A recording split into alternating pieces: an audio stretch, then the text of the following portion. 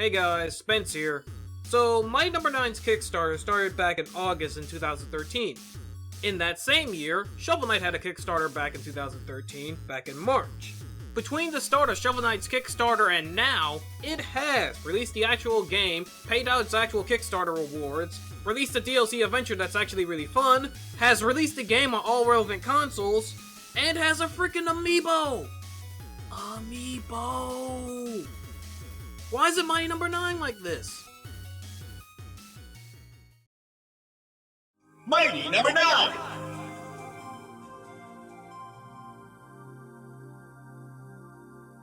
So, Mighty Number 9. Man, there's a lot you can say about this game before we even start. But the mighty abridged version of this is, back in 2013, Keiji Inafune started a Kickstarter for a Mega Man successor, codenamed Mighty Number 9. This got kickstarted incredibly fast, and ever since then, as far as I can tell, the game just repeatedly kept sticking its oversized Mega Man foot in every single bucket of worms it could find. The repeated delays, the fiasco with the former community manager, and the whole nonsense with the Red Ash Kickstarter. But we're not talking about any of this, because after 3 years of anticipation and hopes, and now at this point, anticipation for failure, because we're humans and that's what we like to do now, a lot of us can finally ask, what exactly is going on in Mighty Number 9? In a sci-fi utopia future, like many others, robotics and world peace have won out, and now the only violence that happens in the Robot Coliseum, where robots battle it out for the entertainment of the masses. And the mightiest of these are the Mighty Number 9, 9 of the most powerful robots designed by Dr. White. But one day, the mighty numbers 1 through 8 go rogue, and along with all the other robots in the world. To top it all off, the major company responsible for a lot of robot manufacturing, Cherrydyne, is shifting the blame to Dr. Blackwell, a person who was in a maximum security prison who was against robots from the start. Now it's up to you, as the Mighty Number 9, codenamed Beck, to go off and fight your brethren and see if you can find out who's actually responsible for the robot revolt. Great idea. Wait, what? Now, this is a Mega Man plot through and through, so don't expect some sort of epic out of this game. If anything, the main strength of the game comes from the individual personalities of the different characters. Like how Call is way more robotic than her robot companion Beck. Oh hey, Beck and Call, haha haha. How Sanda is huge, but also a big coward, and all the distinct personalities of the Mighty Numbers. But to be frank, it's kind of a coin flip whether you find each individual personality either endearing, annoying, or just plain generic. Okay now, little doggy. Let's see if you're all bark, or if you got some bite. Listen to me, Shade. You're malfunctioning. Freedom doesn't require all this suffering. Emancipation is worth any price, even if it costs human lives. Yours. Sakai, what happened to the lights? I'm scared. Mommy! Relax, Dr. Sanda. Gameplay-wise, this is supposed to be the successor to the original Jump and Shoot Man. And in that regard, it fits the glove, though there's only really 2 real criteria for that. Now, aside from running, jumping, and shooting, Beck also has a very special dash with 2 particular properties about it. First property is that you can dash consecutively whether you're on the ground or in the air, making you capable of going great distances with it. Second, if you hit an enemy enough with your gun arm, you will eventually put them into a weakened state. And you can destroy them by just shooting them with your gun arm, but if you decide to dash through them during this time, you will instead assimilate them. By assimilating enemies, Beck can increase his score while also gaining power-ups, such as the ability for his buster shots to go through enemies, increasing his movement speed, his defense, and replenishing the different powers you get from the bosses when you defeat them. So yeah, there are very few pickups to pick up on the ground in this game. Most of the time you're assimilating enemies, that or getting it from Patch, a robot that will give you power-ups as you progress through levels sometimes. More on this little guy later. You can guess Mighty Number 9's stage structure. You pick a stage, you go through the stage, fight a boss at the end, gain new power, maybe or maybe not get some plot info, then you move on to the next stage, preferably with the boss's weakness, and rinse and repeat until you hit the credits. The system is tried, true, and tired, honestly. See, I'm not the only robot tired of the status quo. The stages themselves are alright. They offer a good amount of challenge, especially in the later half, and they're fun to go through most of the time, but there are 2 real complaints that I have about them. First off, a lot of the mechanics and gimmicks going on within these levels is stuff that we've seen before.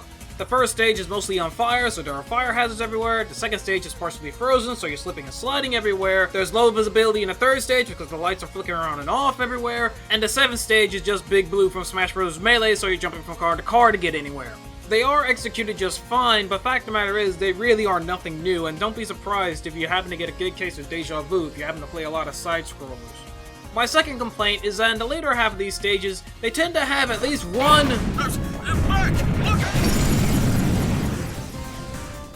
cheap death in them. The levels of deviousness will really depend on which stage you're on. These aren't necessarily deal breakers, but they really do hamper the experience, especially in the later half of the levels where things get more difficult and more serious, especially some like the one in the power plant stage, which just isn't a very well conceived obstacle. First, they tell you can do a crouch slide, something that they didn't mention at any other point in time, and they don't even give you directions on how to use it. Second, to get past the obstacle, you had to get 1 pixel apart from the actual death zone itself, and then do the crouch slide, and then you can proceed. I get the feeling they know this wasn't a very good obstacle, since they only used it once. The one stage that is exempt from any of my criticism, positive or negative, is Countershade stage, where basically you can move left and right freely and you're looking for Countershade while he snipes at you from afar, and it's only then after you find him and hit him enough time that he decides to fight you mano-a-mano. Enough. It's time we settle this like robots. Speaking of robot-on-robot violence, the bosses themselves are pretty tough customers. The only real issue I have with them is that the boss fights can be kind of inconsistent in the order you're kind of expected to fight them in. For example, Countershade, among his brethren, I think he's the easiest boss to beat, but guess who his power is used against? Aviator, a guy who has a battlefield that's 2/3 whole and likes to spread the stage full of bullets, and yes, there is knockback, so good luck with that. And while the difficulty can be kind of all over the place at times, it's kind of alleviated by a mechanic that some people may or may not like. Remember that robot patch?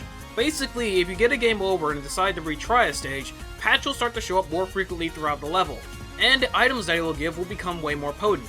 Remember those upgrades you get for assimilating enemies? He will start to hand out those, but they'll be more permanent, and he'll also hand out things like full HP restores and won't even shy away from giving you 1-ups. For the difficulty purists out there, this feature can be turned off in the options. Gameplay-wise, I had a good amount of fun with it. Going through the stages is fun most of the time, and the bosses are definitely the highlight of the game. Though, like I said, the main problem is the inconsistency of the difficulty. I guess that's why patch is around, to help you get to the end of the level, and help you have more than 2 lives in case you have difficulty with that particular boss, like Cryosphere, because I hate Cryosphere. Presentation-wise, I'm not surprised that the PC version of a game like this has a lot of graphical options. I am surprised there are this many options for a game that can run on a GameCube if it was put on full blast. The game has a very stylized look to it, with all the characters being chibi or super deformed, and while most of the time it looks alright, some characters look better than others, like Brandish, Pyrogen, Cryosphere, Countershade. These bosses look pretty neat, but then there is Battalion, who looks like an amalgamation of shapes.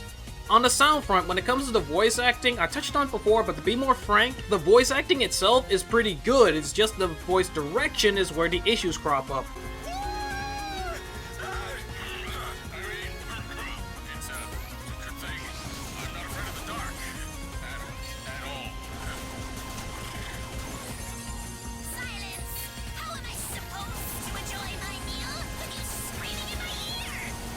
And like I said before, whether you find these endearing, annoying, and or generic, it will really just depend on the person listening to it. The soundtrack itself is actually pretty good, though admittedly sometimes you forget it's there when you're trying to go through these stages. It's definitely a soundtrack worth listening to on its own, as like I said, it has a lot of very catchy beats. And also in the options menu, you can turn the music to retro mode, where it'll turn all the music into 8-bit versions of them. So that's pretty cool. So the presentation, it's sort of spotty. For the most part, they're usually something good, but usually there's something overshadowing it. We get a lot of options, but the game isn't very graphically intensive. The voice acting is good, but the voice direction isn't very great. The soundtrack actually is worth listening to on its own, but you're not going to notice it during the game. It's an alright presentation. And that, my friends, is Mighty Number 9. Would I recommend this game? Sure. Okay, come on, hear me out. You got this far in the video. Is this the second Shovel Knight that we all wanted it to be? No! Is it a bad game? No!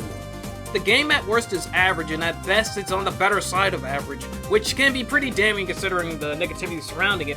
But that's not the point. Pretending that all that negativity wasn't there and the game is in its current state It is a perfectly adequate game. The stages are fine, the bosses are fine, and beating them does feel satisfying as there's a level of challenge in it. So, in conclusion, if you want a challenging jump and shoot man game, this is definitely something to consider getting. As long as you don't expect Shovel Knight levels of quality, which considering the circumstances, is not completely unfair to call it out on.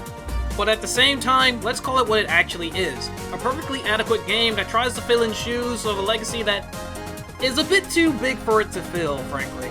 And if you want a jump and shoot man game, it does it well enough, though the headache around it may not warrant it, but if it was on its own, it does it well enough.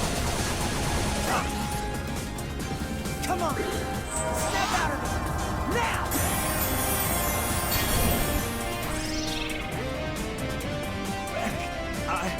I thank you.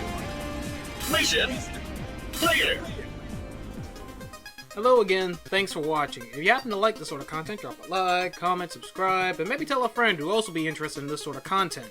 In the meantime, you can check out the last video I did by clicking on the left annotation for Simran Kagura Shinobi Versus. It's just like Mighty Number 9, just replace the robots with Moe Ninja Girls, and all the assimilation dashing with fan service, and also know what sarcasm is.